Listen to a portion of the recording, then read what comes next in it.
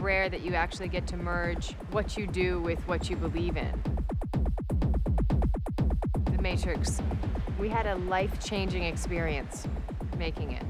And when you have that kind of experience, we had to come back.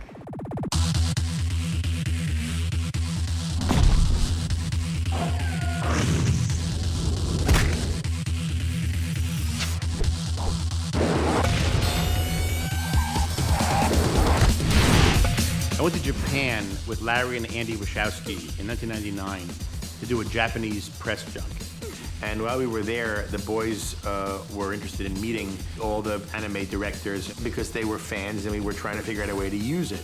I remember on the plane ride back, Larry sat down with a yellow pad and kind of mapped out this scheme that we would do where we would have the movie and the video game and these animated stories and how they would all kind of interact together.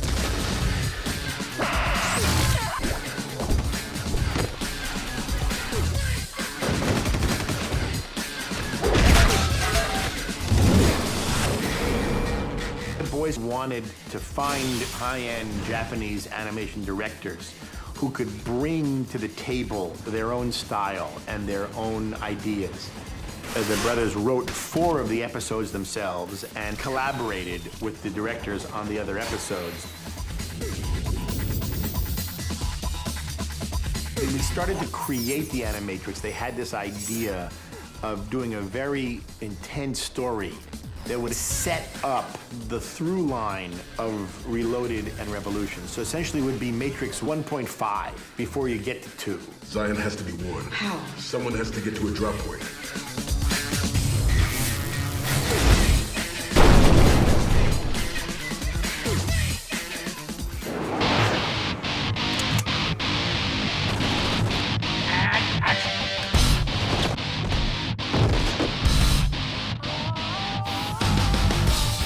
Andy actually wrote this video game, Enter the Matrix. It directly relates to the Final Flight of the Osiris. In the video game, there's certain information from the film footage that you don't get from the movie. We used Master Wu Ping and his team to do all of the fight moves in the game. They created moves for us that will blow your mind. There's just nothing that's even close to it. When do I get to punch somebody?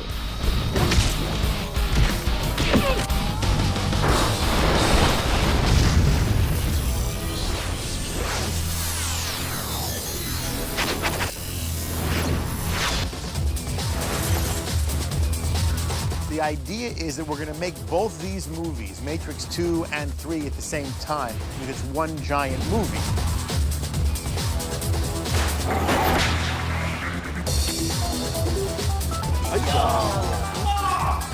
It's been very, very deep and more difficult and more beautiful. The way that they tell a story, the physical action that they create, the elements of new cinema and technologies to create images are unparalleled.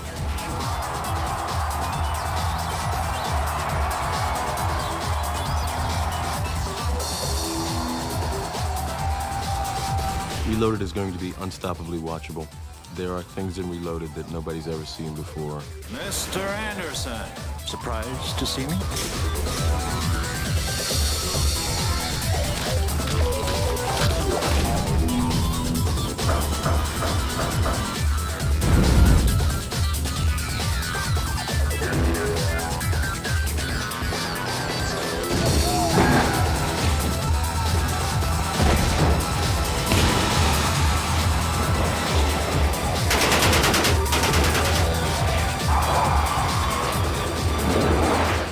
Call it Matrix Squared and Matrix Cubed because I think those are the levels it's going to. If the Matrix was an undertaking, this is a super undertaking. This really is the first story that's being told in multiple mediums. It would be a good idea to see Final Flight, to play the video game, to watch Reloaded, to watch the Animatrix. I think if you go through that process and see all that and experience all that, I think it'll make it really a glorious experience.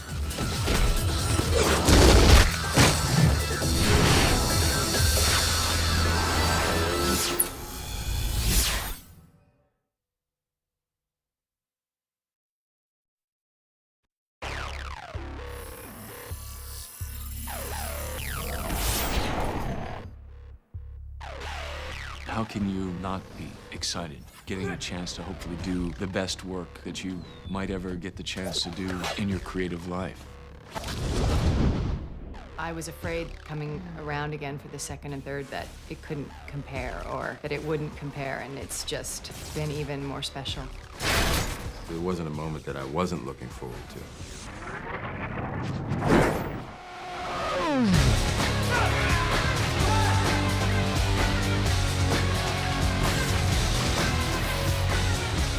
You got his kung fu, science fiction, philosophical, action, love movie. The audience will just want more and more and more and more and more.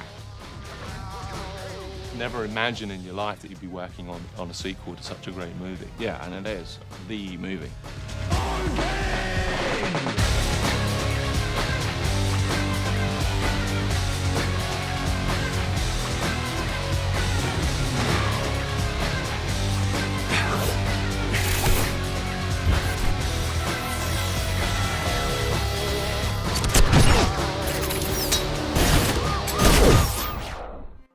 I've been involved in a lot of sequels where the story ended in the first movie, and the studio would say, that movie was successful, let's make another movie.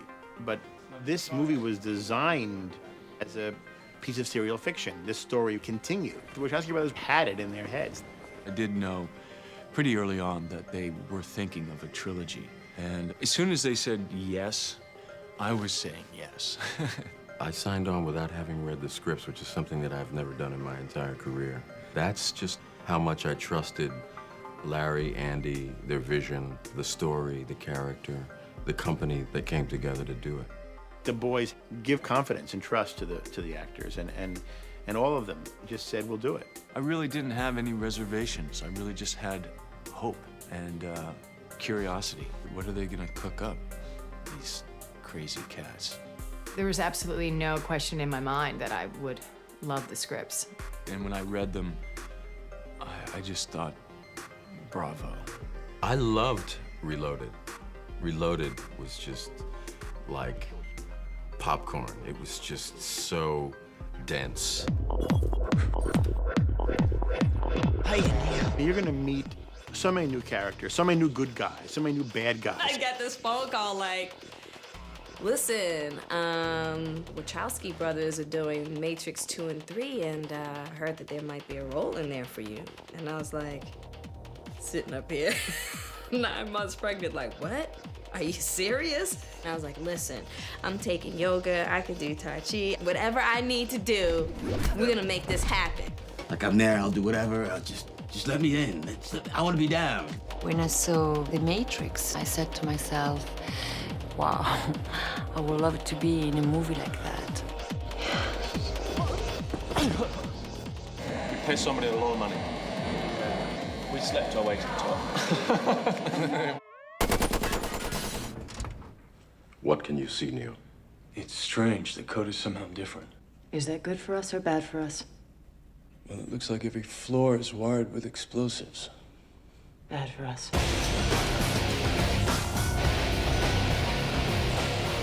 The story starts about 6 months after where we left off. The Machine Army is marching on the last human city, which is Zion. And Neo has come into the fullness of his powers. He's having visions.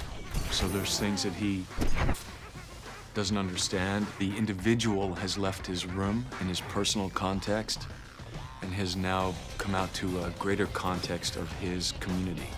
His arch nemesis, his rival enemy, Agent Smith, is back, shall we say, with a vengeance. He is ego. And he's just expanding. Trinity and Neo, their relationship is deepened. I missed you. I can tell. Morpheus takes on the role of a general in the army of Zion. Soon the prophecy will be fulfilled, and this war will end. They have managed to make a synthesis of so many different myths and so many different philosophies. They're able to bring together so-called high culture, so-called middle brow, so-called low culture in a composite art form. You got 400 different levels in the movie. Some people walk away with 2, some people walk away with 50, some people walk away with 400. Shit. And it's for the kids. And there's some cool kung fu, movie kung fu, and cool, and it's for the kids.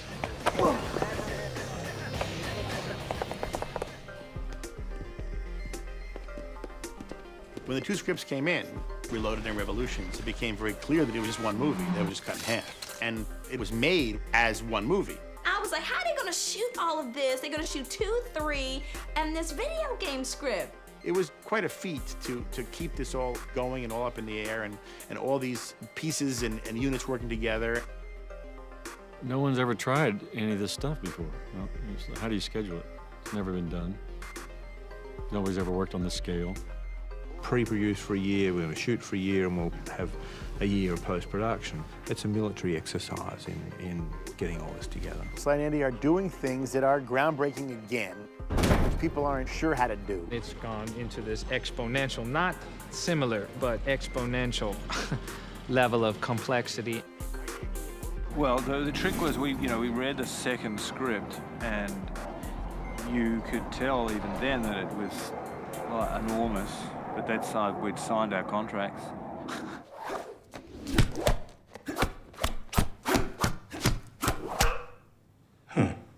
Upgrades.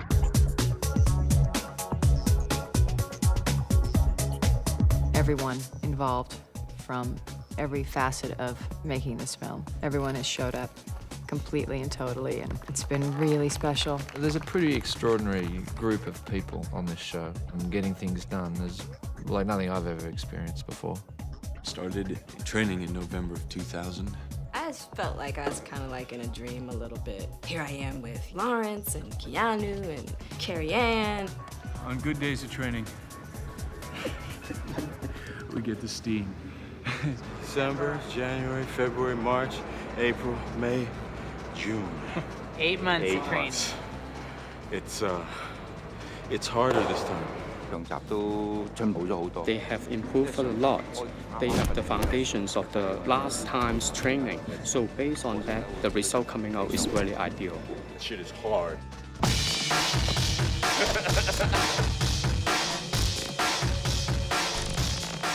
This time around, it was so hard for me. I broke my leg the second week of training. It's like every obstacle that could come into my experience of training came up for me. Probably one of the most important parts of that for me, and what helped me in that, was Keanu, because Keanu was so disciplined in a way that I've never seen anyone physically disciplined.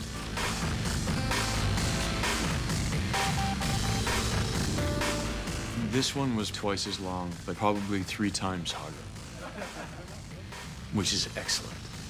With the wire work, learning the weapons, doing multi-fights before I was always fighting one-on-one. I remember seeing Keanu soaking in a tub of ice, and I'm looking at him like, you're in that for... He's looking at me like, you'll know one day. The Wachowski brothers plan everything out in detail. Nothing left to chance.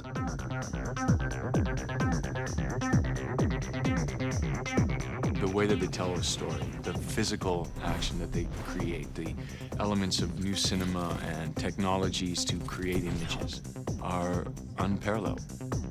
I've heard Larry say it before. It's like, this is the most complex movie. To his credit, it really is. Jeff Darrow, the conceptual artist, just a really gentle soul with the most incredible mind. Stuff they only hinted at in the first movie, I actually had to come up with, and it was a lot harder. The stuff that we would draw, it would give them ideas so they could say, I can now do this, I can now do that. Storyboard is basically, a comic book of the movie. Jeff and Steve could visualize what the boys wanted to see so that everybody else could get on board. There's like hundreds of people around. There's a million jobs to do.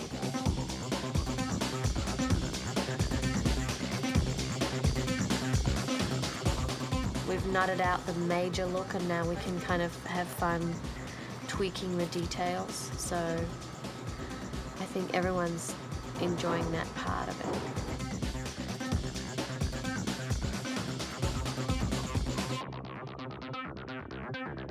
We're in Los Angeles doing pre-production and visualization and planning of all sorts. visual effects team, the photography team, the art department, the stunts team. We are all working in concert on these exercises. Pre-visualization, we usually call it pre-viz, is a step beyond storyboarding in that we can have an accurate depiction of the space and the time that the shot takes place in and analyze, can it actually be done, or how are we actually going to do it? You could have lens sizes, you could have how many cars that you needed, you could have the speed that the cars were going at. So you would get like a very clear idea of what you needed. On the freeway chase, it was invaluable.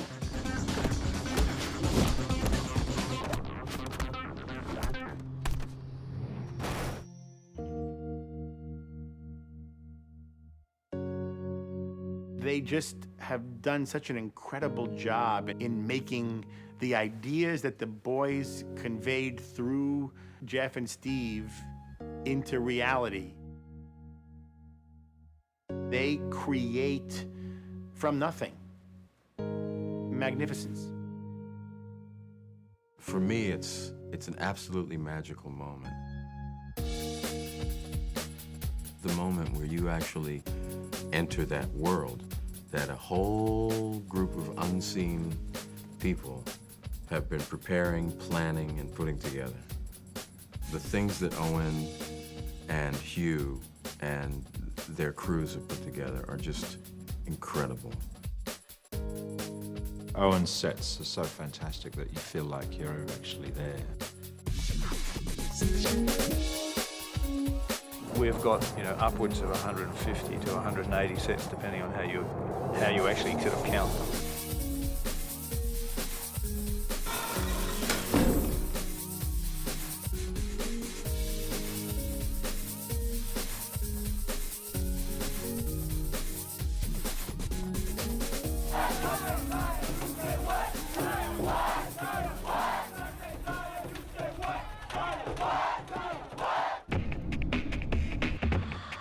You hear a little bit about Zion in the first movie, but so much of the second and third films are all about Zion and protecting that purity of that world. Historically, it's been a place where it seems to be impossible to extinguish hope, where there's always some possibility beyond the darkness.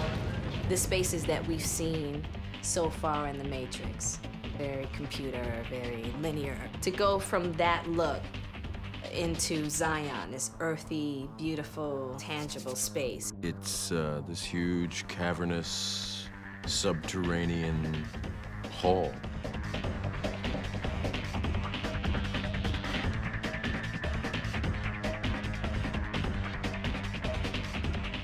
One of the most exciting experiences I've ever had on a film was in Alameda, and we had 1,000 extras. All those beautiful young people who came with all this enthusiasm and these great open hearts and spent all those days there dancing around in the dirt.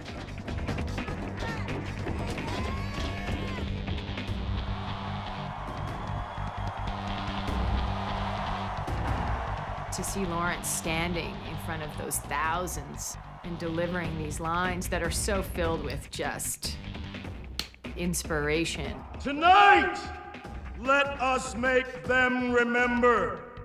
This is Zion, and we are not afraid!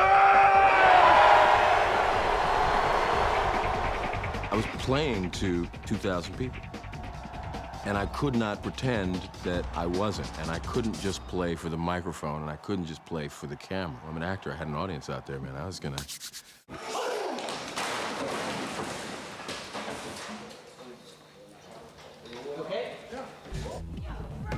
I love the scorpion. I'm all about the scorpion kick and the chop. The fight choreography is beautiful. I must apologize. For what? For this. The work that Wu Ping and Dion Lam did is really remarkable. The stuff that I had the opportunity to participate in, again, is just so ambitious. The pain that is taken, the time it takes, people have no idea. You have people backstage pulling strings. You have the people in the light doing the magic, and you have the people in the darkness without whom it is impossible to achieve.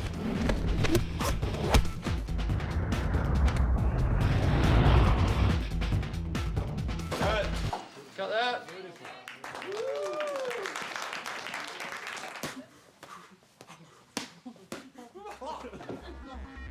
think this is day 16 of the Burley Brawl. There were more movements in this one particular fight than there are in the whole of the first Matrix. It might actually be double.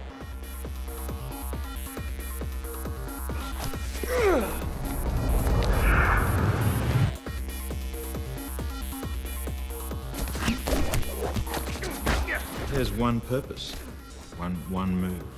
A lot of fists, not many kicks.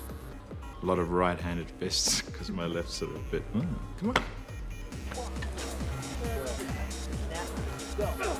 You know, we were doing 18-second takes with 180-degree steady cam where I have over maybe 20 moves, 25 moves.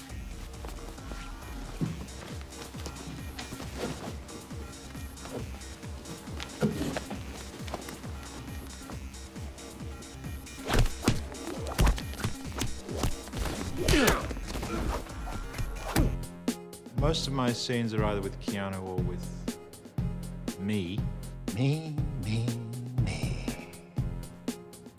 Me too. The Burley Brawl fight involves at least 10 of me at any one time. One of the things that we've got to put a lot of effort into is the head replacements. There's going to be a lot of places where we take the stunt guys and put Hugo's head on the top. Just because there isn't hundreds and hundreds of Hugo weavings, we need to be able to make it look like there are. There were 13 sort of semi-me's running around. Well, I realized how far my hair's receded. So normally I look at myself in the mirror and I think, yeah, hair's all right. But here I'm looking at everyone from the side and I go, ah! Look how far it's gone. Where is he now? He's doing his Superman thing. What we're doing here is picking up little components of merciless pain and destruction that gets applied strategically through the fight. Combination of physicality and technology. The way in which the action was ramped up, it's more than a notch. It's like several stories. Bullet time was invented for the first film. Well, there have been certain things invented for this film in order to create something that was desired. We would go for all CGI humans fully immersed in a CGI environment. We figured out the master plan for the choreography, captured all these little components, and then composed. There are no cuts. The camera is showing you what it wants you to see while it keeps on moving. All the advances that Gaeta has created and his team have created allow the action to just sort of mushroom and get really huge.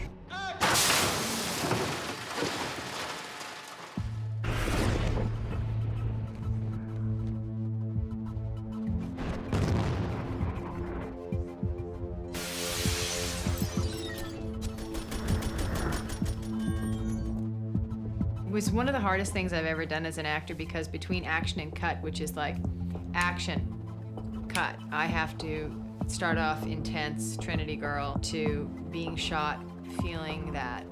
And before you know it, like I'm just on intense girl, it's cut, you know?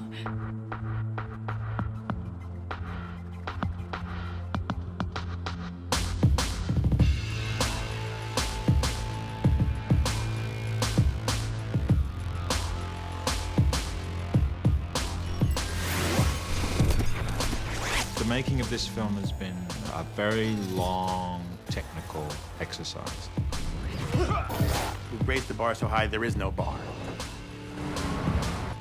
It's part of the magic thing.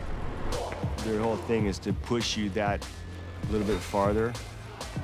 And as frustrating as it gets, it really brings the best out in everybody. The day that I could do one thing was the day that they wanted to know if I could do two things. And, you know, the brothers would say, can you do 7 things? And then I would say, yeah, I could do 7 things as long as you let me try to do it 90 times. Everyone knows that they're being asked to do their best. To be acting on big sets and to be doing really kind of grandiose, sophisticated sequences involving real actors and then special effects elements or scenes of great ideas or great emotion, and to try and to make it beautiful.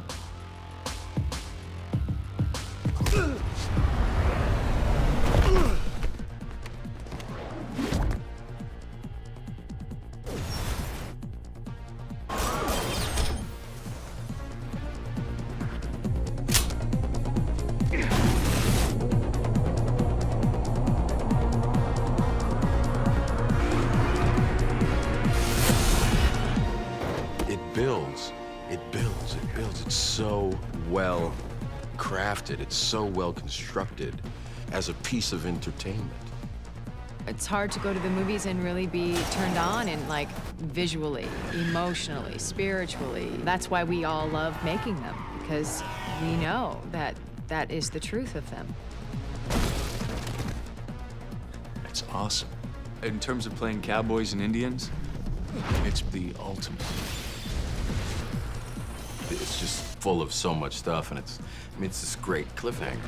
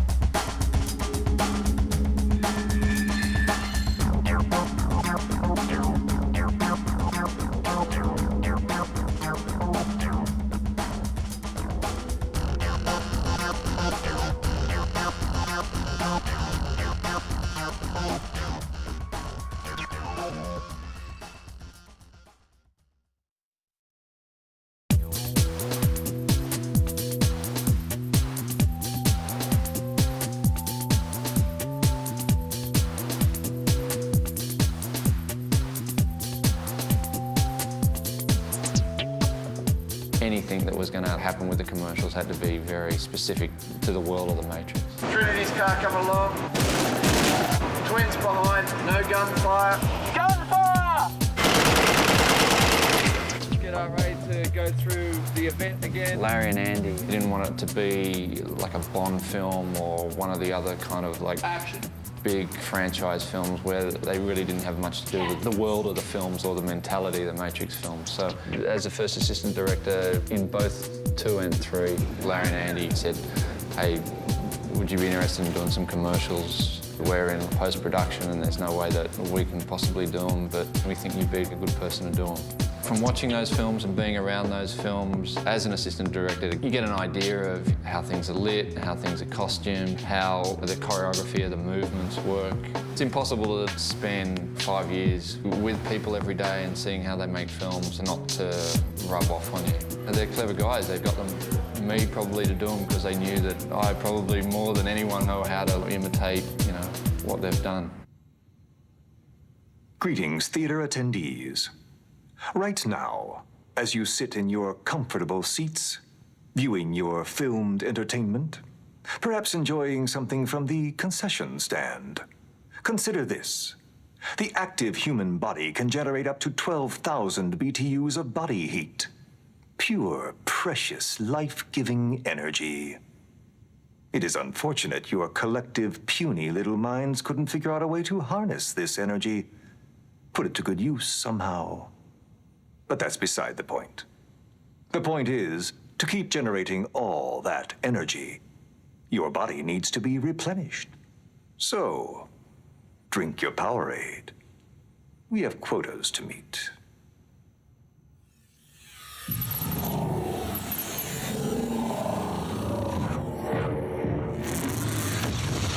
And the Powerade scripts were great.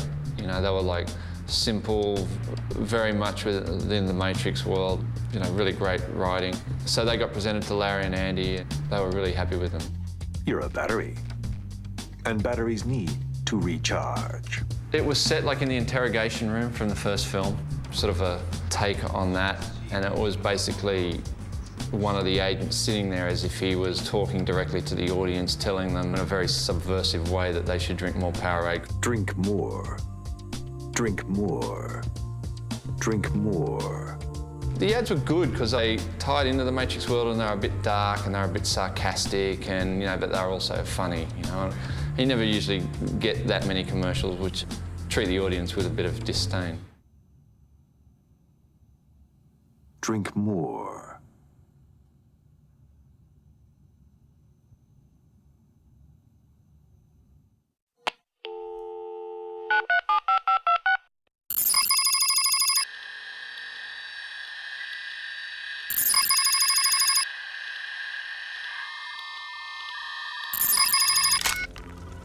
I'm in.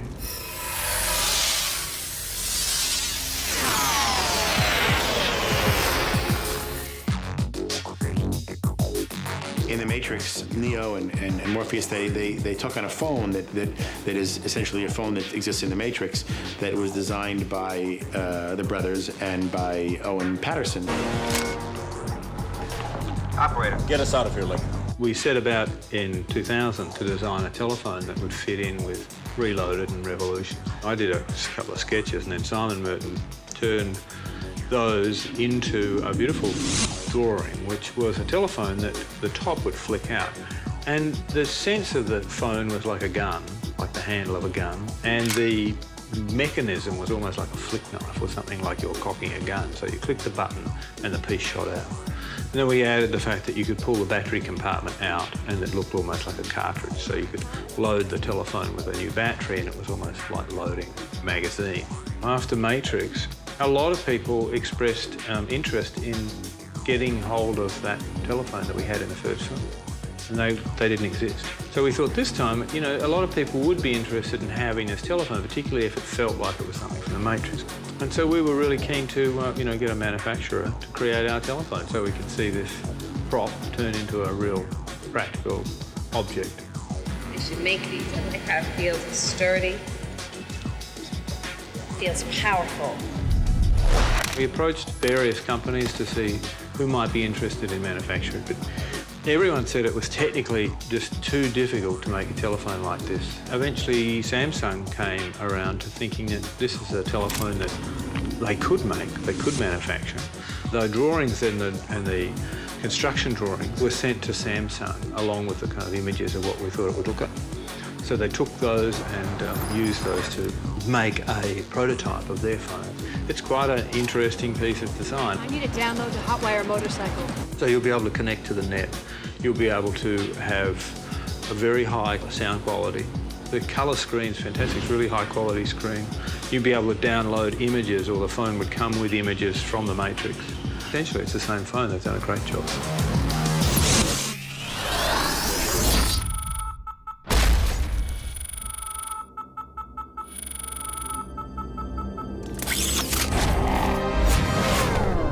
A new reality has been revealed. The Samsung Matrix phone. Answer the call. Samsung, given that it has a significant role within the film, this Matrix phone would be an ideal opportunity to tie various products to that are made or that you see within the film. There were two spots. One was a phone, and then there was another commercial for their televisions.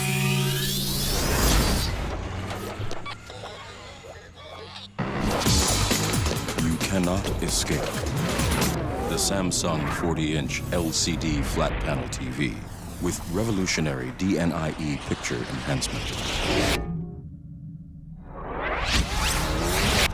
Welcome to the new dimension.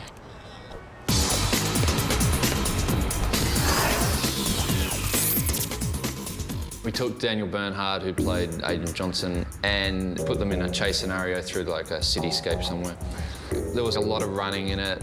There was a lot of harness work and wire work. When you're doing something like that, it's good to have someone who's done it before. And the great thing about Daniel was he was really amped about that character that he plays in the films. And again, anything to reinforce that character he was happy to do.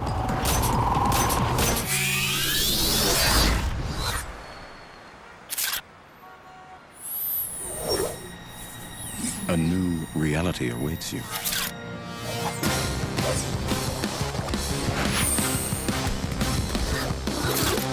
The Samsung rotating camera phone.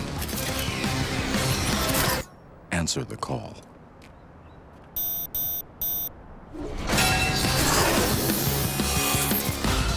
For the phone one, they said, You know, there's all these digital backgrounds that exist for the park fight, for the Burley Brawl, which appear in the film. Wouldn't it be great if we could get the phone, we could put it in the park environment, and because all those digital backgrounds exist, there's like a bunch of really cool camera maneuvers that are impossible to do, except for like in a digital world. The phone could do these sweeping moves down to the ground, or it could spin around at superhuman speed, like in the Burley Brawl. With the Heineken commercial, it came to be that Larry and Andy wrote a commercial, and we decided to get Danielle Bergio back, who was Carrie Ann, or the Trinity stunt double in the film. There is some wire choreography in it as well, so we also decided to get Dion Lamb, who was like one of the great wire choreographers from the film, and get him to work with Danielle like you normally would on a Matrix film. Larry and Andy have their hand in everything.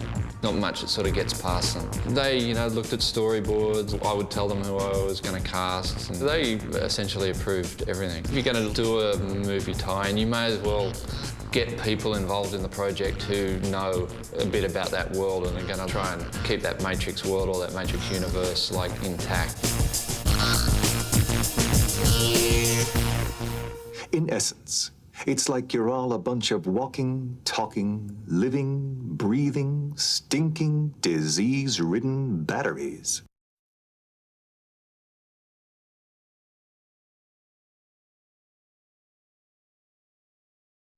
Yeah, but I knew it was Ashton the whole time. Right? Yeah.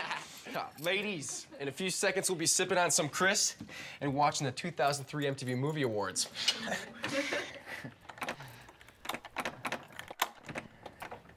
Quit playing around, Sean. I'm not, dude. My key won't fit. You must be the ones. Oh, cool. It's the super. Actually, I'm the key maker. Don't worry. You'll be inside in just a moment. Awesome, thanks.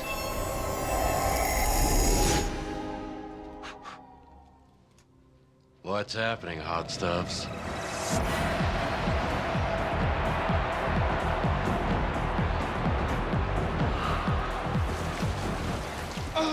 Dude!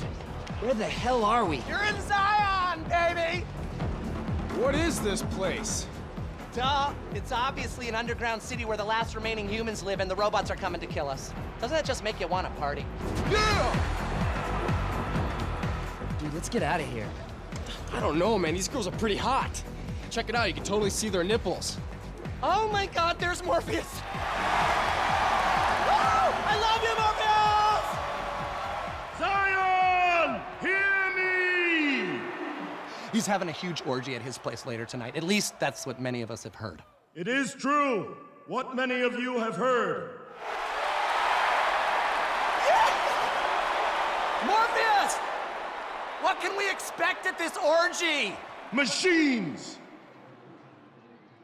Man, I'm out. Sounds kind of kinky. Ow, ow, ow. I'll see you guys there! And bring plenty of lube!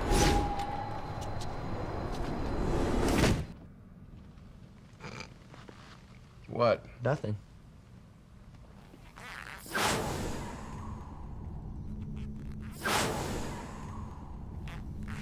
Great. An infinite hallway of doors. One of these has to lead back to your apartment. You know what? You try that one. I need to use this one.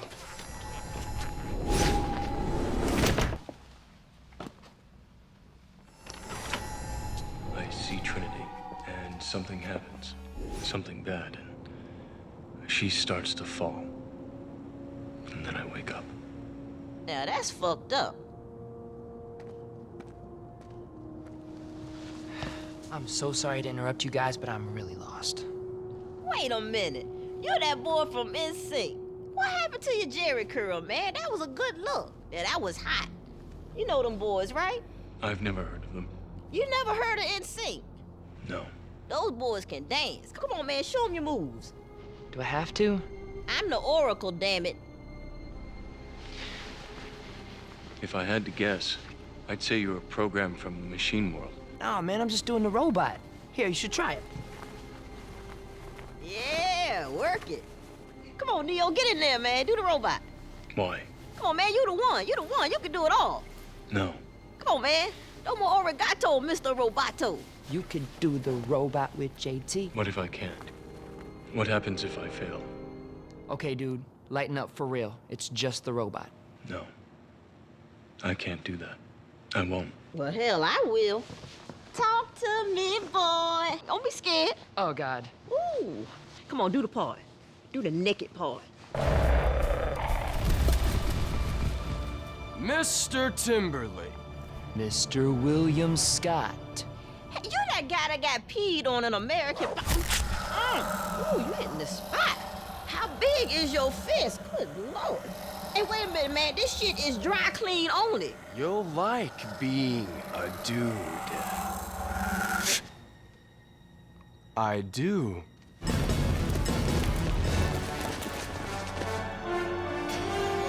That is a shitload of stiflers.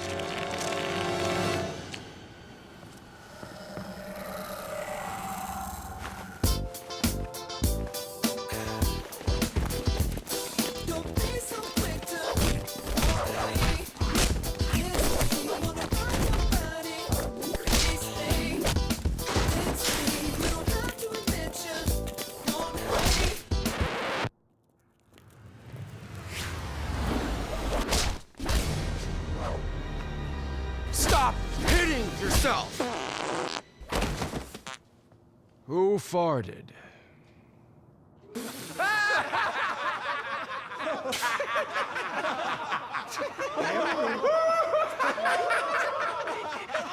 Sean's focus.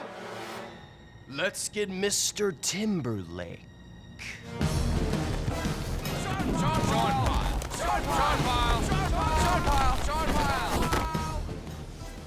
What really, Mr. Timberlake?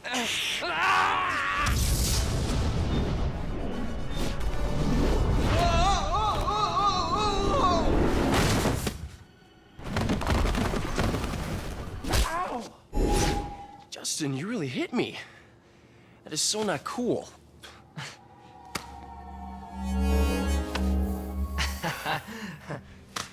Oh.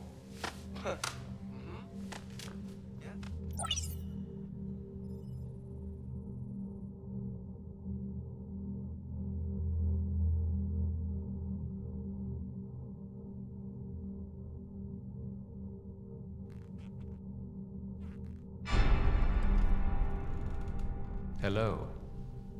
I've been waiting for you three. Who are you? Yeah, who are you? I am the architect. But please, call me Larry. Hey, Larry. Larry. I created The Matrix and several popular video games, including Cubert and Dig Dug. Remember that? Yeah. I didn't create Frogger, but I came up with the name for it. Can you believe they wanted to call it Highway Crossing Frog? That is so lame. I know. It's the lamest thing I've ever heard of. Highway Crossing Frog. Why am I here? Yeah, why are we here? Is there an echo in here? Is there an echo in here? The MTV Movie Awards are a systemic anomaly inherent to the programming of The Matrix. Although the transport process has altered your consciousness, you irrevocably remain human. Ergo, concordantly, vis-a-vis. You know what? I have no idea what the hell I'm saying. I just thought it would make me sound cool. You haven't answered my question. I'm feeling a little vulnerable right now, so you just need to chill out. Can you do that? I'd appreciate that. Thank you. Now, originally Neo was the chosen one to host the show, but hosting is a full-time commitment, and he's been a little distracted lately. Trinity. See what I'm talking about? That's why I brought in Sean and Justin, because you, my friend, are completely pussy-whipped. Oh! Bullshit. Watch the sass, Captain Sassy Pants. Yeah, you're kind of spazzing out, dude. You haven't answered my question. Yes, I did. You see, what You haven't answered my... I'm trying. You just need to let me talk. Why am I here? Would you shut up? You won't let it... No, you won't let it! I'm the one who talks! Okay, mouth shut, ears open! You haven't answered... You do not want to see me get out of this chair! Ergo, open your yapper one more time, and I'm gonna architect a world of pain all over your candy ass! Ergo! Vis-a-vis! Concordantly! Justin. Yeah? I apologize. I don't usually like to use my big voice. That's all right, dog. Just tell us how we get to the movie awards. There are 2 doors. The door on your left leads Sissy Boy here back to his bitch. Uh-huh, what up, G? You can't handle it. The door on your right leads you to the 2003 MTV Movie Awards.